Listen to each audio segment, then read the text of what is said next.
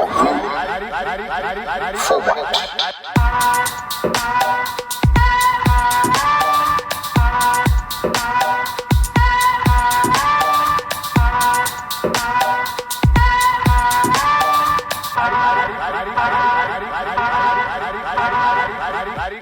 Hello, everyone, and welcome to episode 2 of the Access for Who podcast.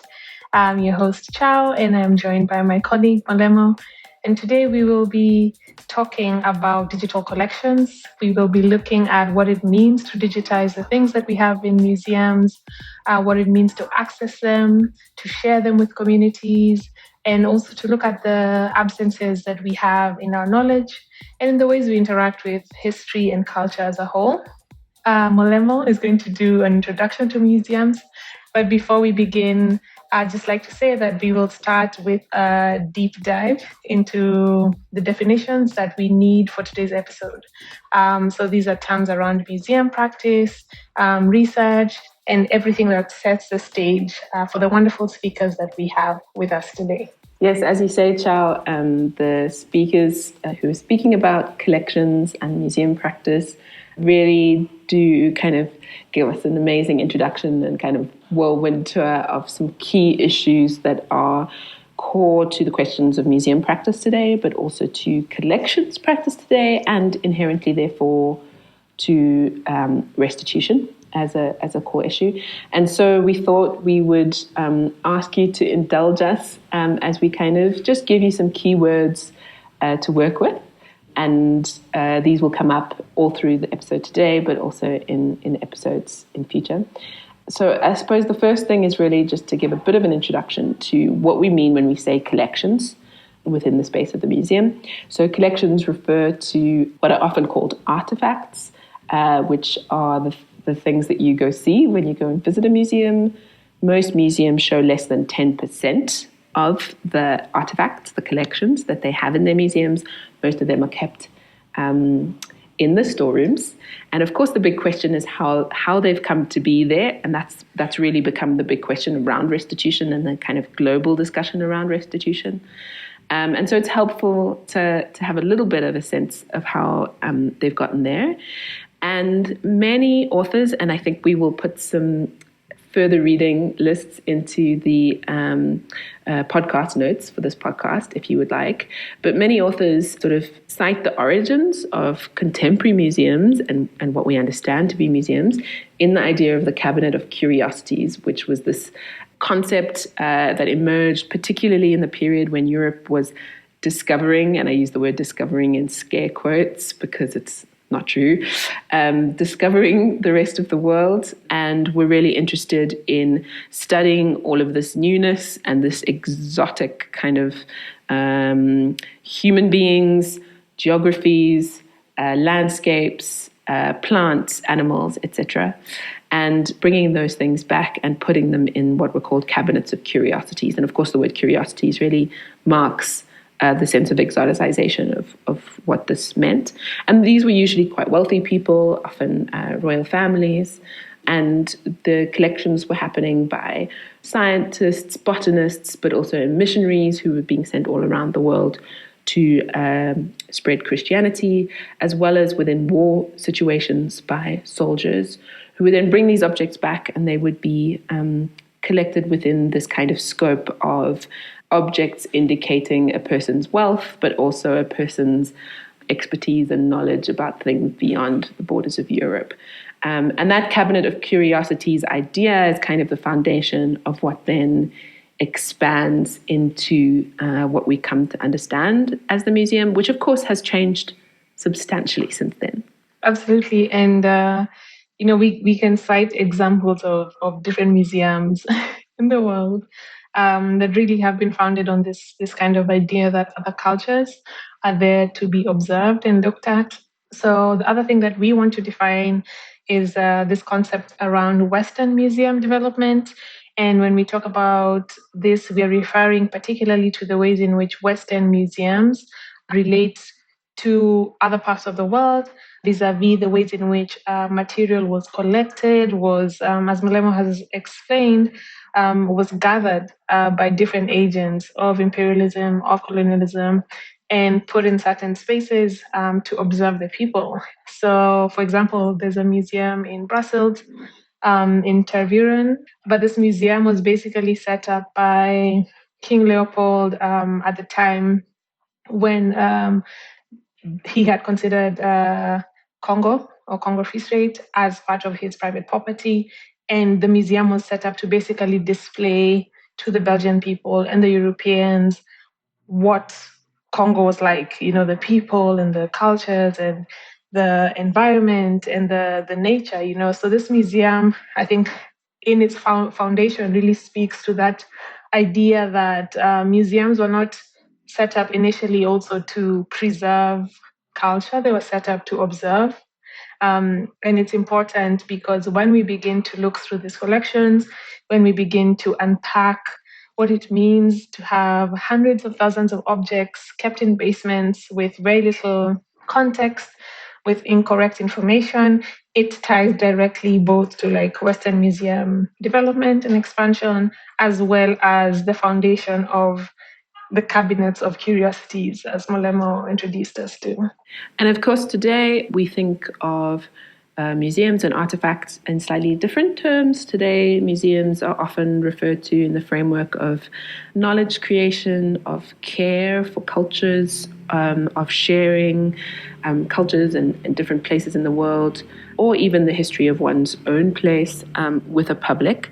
And that idea of care really emerges a bit later in the imagination of the Western Museum, but is still very much centered around the idea of the object. And so the object and the authentic object remains kind of pivotal to how museums think about themselves.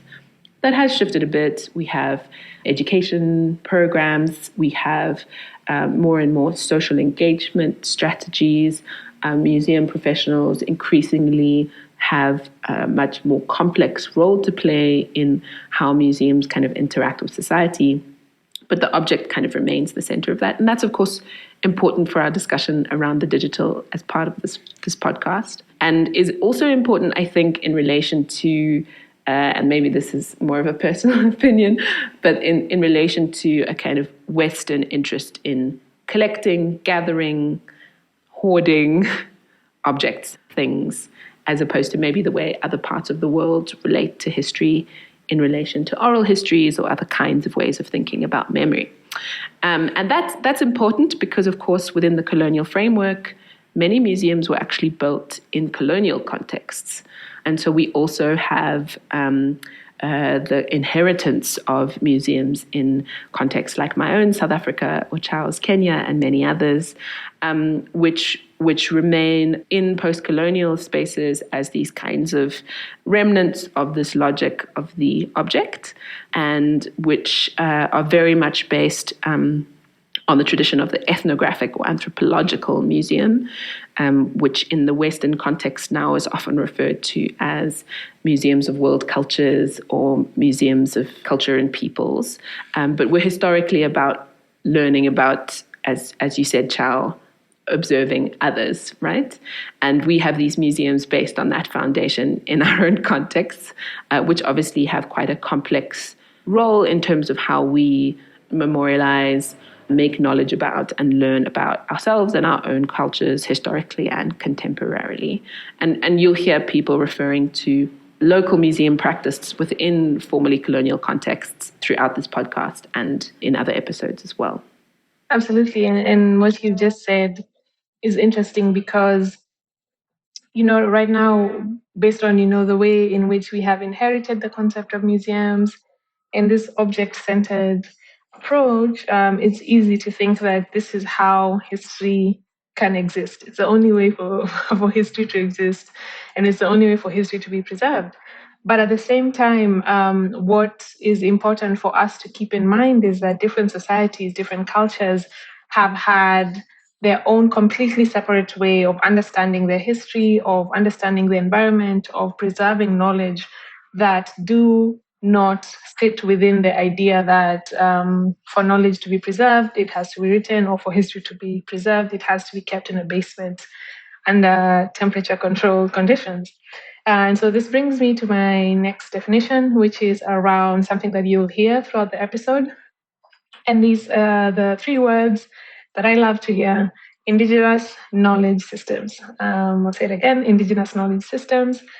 And when we talk about indigenous knowledge systems, we are referring to a wide range of things, which include, but are not limited to, the understanding, the kind of philosophies, the skills, and the ways in which different societies have had very long histories and very long interactions with their environment and their surroundings, and have come up with ways of connecting multiple things, so from dance to music to language to food to the ways in which human beings express themselves, in relation to the environment. And indigenous knowledge is also very holistic in terms of looking at everything as being connected, as the food being connected to expression, being connected to dance, being connected to language, and at the ethos of it being connected to the fact that you are a human being, and you are centered in an environment, and you are not just separate from the environment, but a part of the environment. And so the key word here is also system, because the system is complex.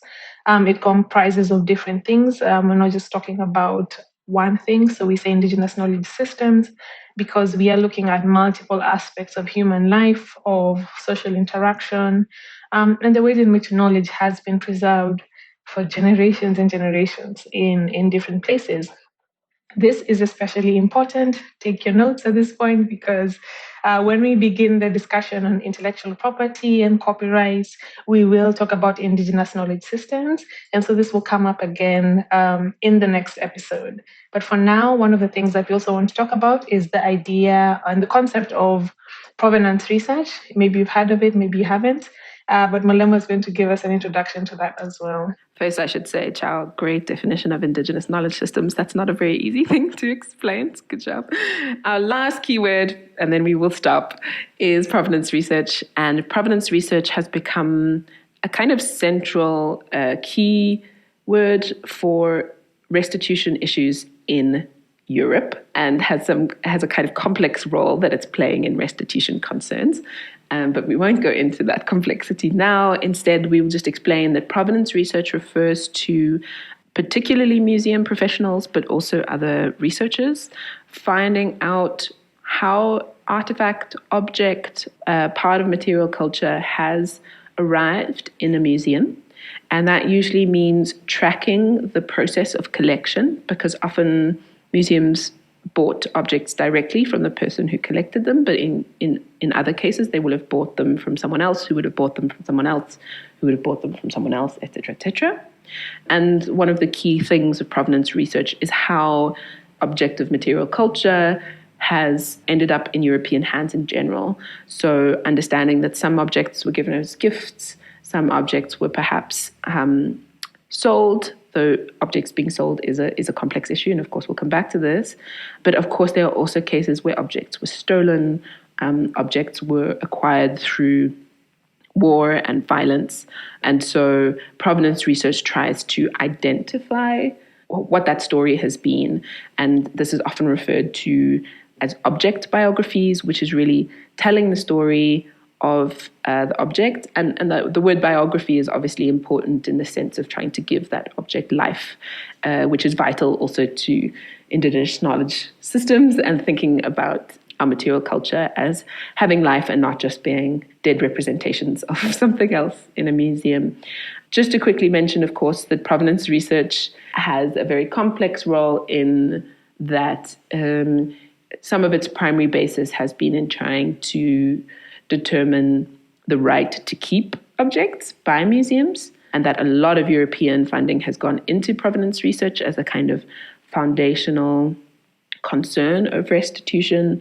However, increasingly, museums have shifted to a much more collaborative approach to provenance research and a much more knowledge-oriented, like learning more about museums, about collecting practices, and of course about the material culture held in museums, working often with what is often referred to people of source communities or individuals from formerly colonized or sort of global south majority world environments. So provenance research itself has gone through different ways of thinking about it. I'm going to throw Molemo under the bus here, but I just had a question. Is it correct to say that provenance research is the research on how the object got into the museum or came to the museum, like where it's come from until the point where it enters a museum collection?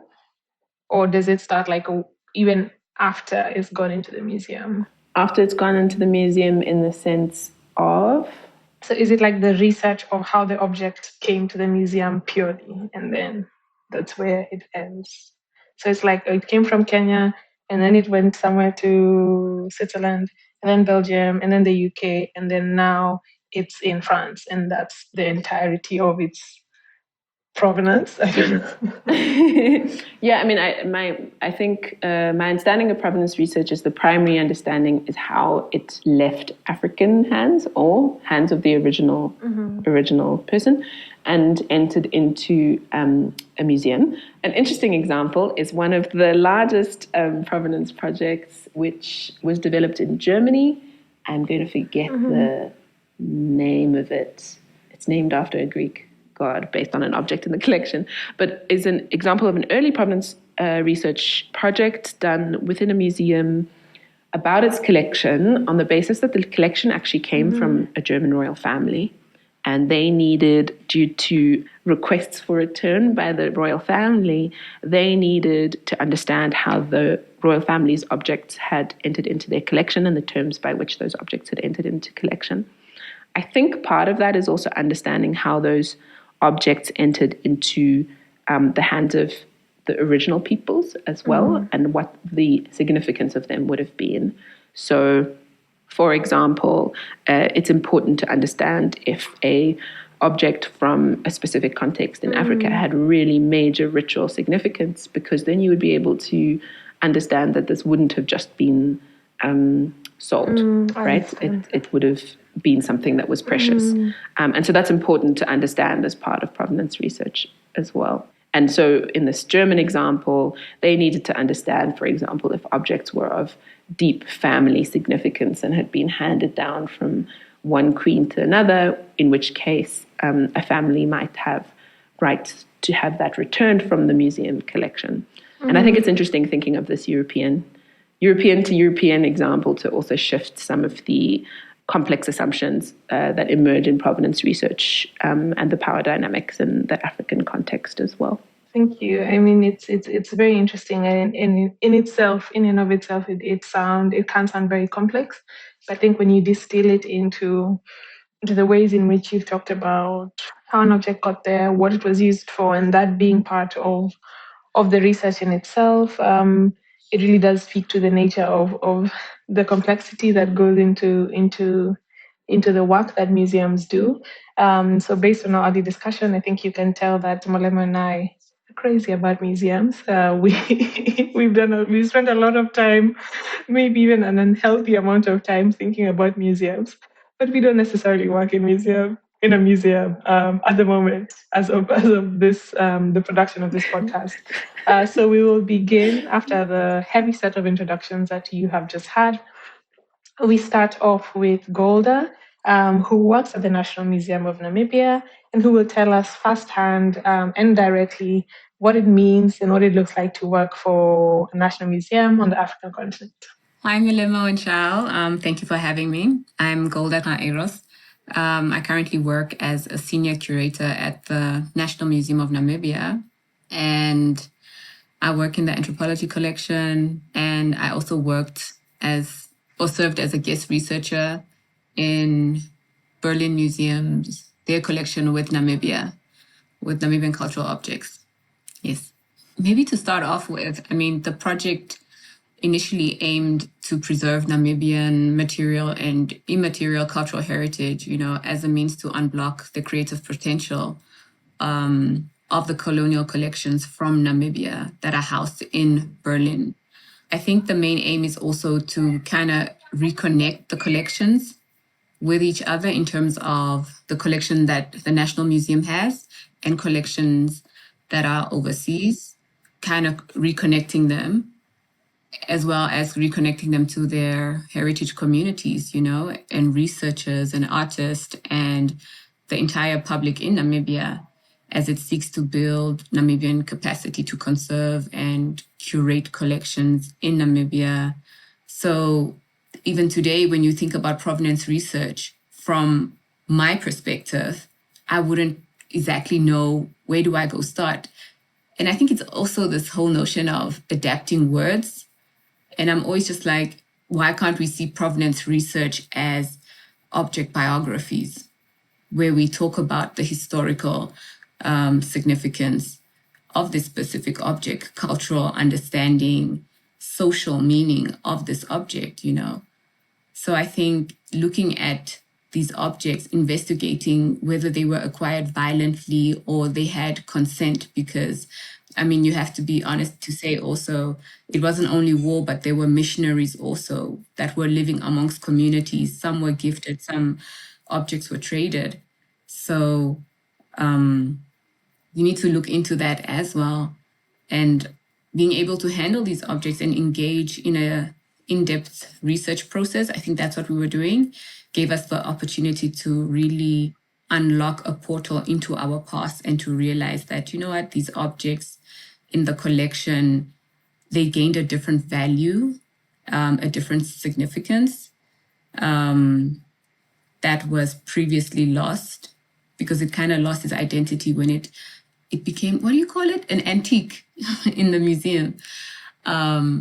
Whereas for us, it's an object with a purpose, and, you know, and that's what it was for. And you use it, and the lifespan kind of ends there. So Golda speaks to the ways in which collections and making collections accessible really can be a path to reconnection. But what's interesting to me, because this episode is about digital collections after all, is that a lot of this work around documenting objects, finding out what they are, you know, where they're from, is happening online. It's happening across countries. It's happening across borders and continents. And when we speak about digital, you know, sometimes it's very easy to speak, or rather to think of the highest tech stuff, you know, the biggest cameras and the biggest scanners and the biggest, most complex databases. But in our conversation with Golda, I was really struck by the ways in which she views, particularly the ways technology has helped bring this discussion on objects and collections closer to home. And she really gives us an understanding of the fact that technology does not have to have complexity for it to have impact. It just needs to be familiar. I recall at that time, I think it was a colleague of mine, I mean, on the project, I think there were two of them. And we were looking at these objects, and I was like, do I know this object? I've seen it, because my grandmother used to have a glass cabinet in her sitting room where she would have like champagne bottles from her wedding, like little ornaments, tortoise shells, leather sacks, similar items that were in the museum that she had treasured and kept. I'm guessing they were passed down, and she just kept them in that glass cabinet. So initially, as we sat there, we were like, okay, now we need to WhatsApp people, because I can't think to email, because who has an email address on the farm? No one. And then even with WhatsApp, it was so tricky, because I had to WhatsApp an aunt, I had to WhatsApp my father. He had to make a trip to Okumbai, which is like from the capital, it's about a 4-hour drive, to show the pictures. So it was about taking pictures, WhatsApping them to back home and asking, have you guys seen this object? What do you know about this object? What can you tell me about this object? And because on the team, each one of we tried to be, I think they tried to be very representative of the Namibian community. So it was from each ethnic group. So my colleague is there trying to contact her family, and I'm here contacting my family. And it was all done digitally through our phones. There was really no other way to do it. Like I was saying, the museum just has the object, but the knowledge is not there. And the knowledge is with the people, but the people were back at home. So I think that was our only way of communicating with each other. So it was, and I think that's why we also called it a network of knowledge, I think as African practitioners, we don't necessarily have a legacy to uphold. I think we are taking from what didn't work. We're taking that along and going forward, but we are also not reinventing per se, but we have a chance to create something new and exciting, and sometimes what I struggle most with digitizing is the access. And I know just how troublesome internet can be in the region, if you honestly speaking, who's going to see this if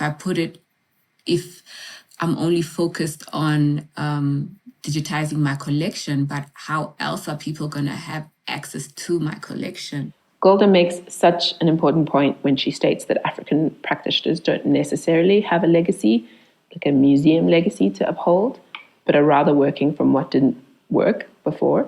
And I think this is such a vital statement because it really speaks to, I think, a whole new generation of museum workers who are committed to thinking about what museum practice in particularly formerly colonial museums within formerly colonial contexts are having to address and to rethink what the museum can really do.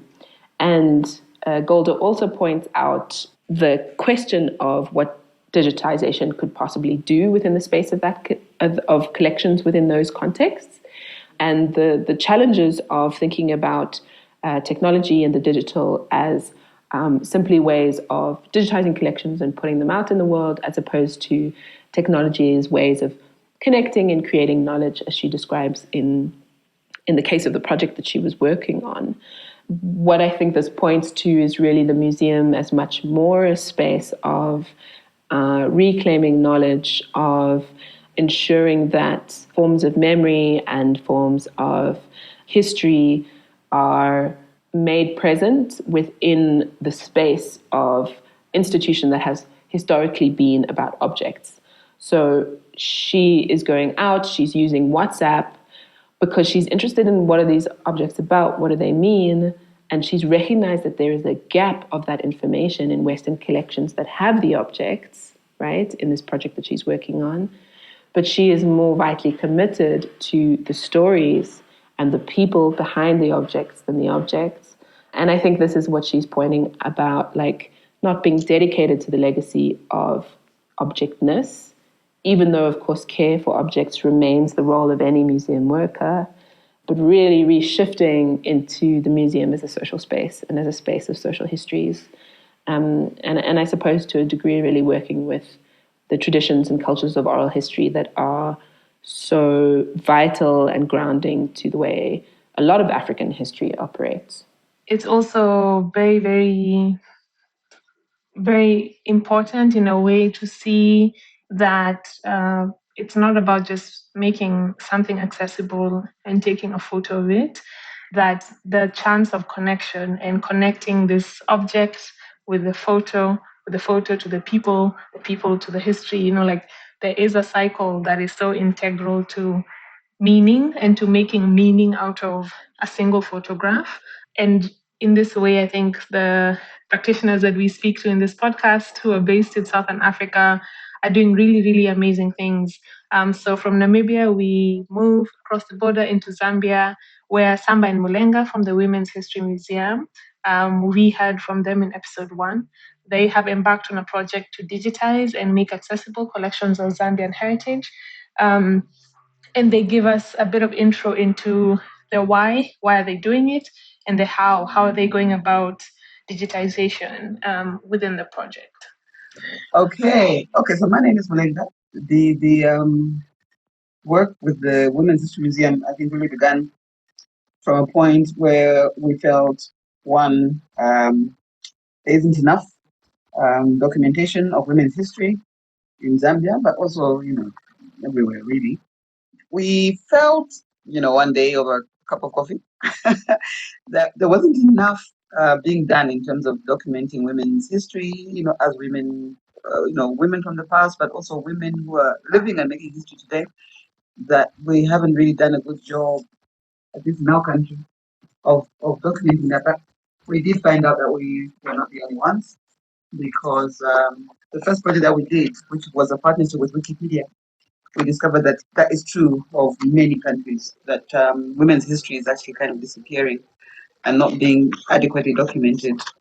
With that, of course, we also understood that women women come with a lot of history, but also with a lot of knowledge, especially indigenous knowledge, because women have interacted with the ecosystem, they've interacted in political spaces, they've interacted in many ways, but through through a foundation of indigenous knowledge. So we also wanted to kind of explore that and see how we can document that, mainstream it, and get it out to people. Our aim is to get history out in a way that people can interact with it and keep it alive, make it a living history rather than just something that you visit once in a while when you go to a museum. Mulenga speaks to the point of getting history out when the founding premise of museums is really to keep history in. I like to think of digital collections and physical collections as being part of the same ecosystem, in that digital collections do not exist separate from physical collections. They just exist in a different format and a different world, as you may call it. So it's important for us to ask, how can digital tools and the kind of connections that we're making, how do they complement existing forms of knowledge? You know, we spoke about indigenous knowledge systems in the beginning, and it's interesting to see that indigenous knowledge is a part of the digital discussion in itself. Yeah, Absolutely. And I think the Women's History Museum Zambia just does such exciting work in blurring these boundaries and really testing the possibilities of the idea of museum and the idea of collections. And very much because of a kind of activist position around women's histories and African women's histories in particular, are really dedicated to thinking through how this knowledge will then operate in the world, you know, and how do museums have, in a sense, an activist role in and of themselves, particularly in the African context where so much has been taken from the continent. Some studies guess as much as 90% of Africa's material heritage is outside of the African continent, or historical African material heritage is outside of the African continent. So how do we rebuild, how do we recreate, and how do we do that in ways that really represent and link to indigenous knowledge systems from the continent as well? The more we had discussions, the more we realized that digital media could actually be a way we could test how to archive indigenous knowledge systems, how to document them, and how to restore them. And I think through continued contact with various players in the field and outside the field, as what Molenga has said, we discovered many things, information, structures of use, but also other museum experts. And then we encountered, not just from within the museum here in Zambia, but elsewhere as well. And we discovered they had Zambian objects as well. And we started thinking around how to use digital media as a way of interacting with some of these objects and not just the indigenous knowledge systems and the oral archives that we were coming into contact with. I'd like to spend a little bit of time on this point around digitization and documentation, because I think that the process of digitization is so crucial to how we encounter digital collections. I also mentioned in the beginning that it's very easy to get lost in the allure of the technicality of things, you know, and what cameras do we need, what lights do we need, but really a lot of the work and a big bulk of what makes a digitization project successful is in the decision making, in the kind of ways in which we prioritize community even before we begin this work, in the kind of ways we say that the culture is the most important thing. And so if you're looking at indigenous knowledge systems, what ways does the technology support this? If we're looking at oral history, what ways does the technology support this? As opposed to saying, I have this, you know, very expensive piece of tech and I need to use it for something, anything. So we're prioritizing the culture first and then using the technology to support our needs within the culture. In Samba and Mulenga, they really do speak to an approach that is very holistic and is very considerate of what it means to document, as Molemo, you said, systems or histories that have been hidden, and digital technology sort of becomes also a place for activism in a way. And so I like asking these questions because when we think about how we digitize, who's going to access the material and where they're going to access it, it really forces us to center human perspectives within the discussion. What do you think? Absolutely. And I love this phrase that you have of care for the culture first, that so much of what the Women's History Museum in Zambia is about is care for the culture first. And this is also vital because within museums, one of the primary roles within the museum is the curator. The curator is the person who is responsible for the collections, but who also is often responsible for a lot of the knowledge creation and publishing and kind of academic style work that emerges out of museums. And the word curate comes from the word care. It comes from, I think, the Latin word for care. And so the curator is the carer of collections. And yet what we often see is caring for collections, not caring for the culture, right? And so I really, I think what you're saying is so vital in the sense of how do we start to completely rethink, again, this obsession with the object and the collection as opposed to the culture. And I think really links to what Nima and Kola were saying in the last episode around using technologies for our own purposes and creating technologies that can really enhance our own needs and that might even work from our own epistemic or indigenous knowledge systems, which I think is really just such an exciting possibility and really is so different to what we see happening currently in museums, where there is in many ways a very well-meaning rush to digitize collections, because there's a feeling that museums need to be ahead of the times, they need to be sort of in line with technology, and so they're rushing to digitize objects under the guise of care. And yet this rush for digitization is done en masse. We've spoken about this a lot, Chao. And as you say, it's really just about, we've got the biggest, bestest machines that can do it the fastest. And then we just digitize. But again, how do you decide what do you digitize?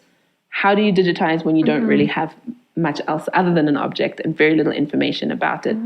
What does it mean to make copies of things you don't understand? Who's going to access this digital material? What is the purpose of this digital material? Where is it going to go? How is it going to be accessed? All these questions that you're saying are so important become less important than just digitizing en masse.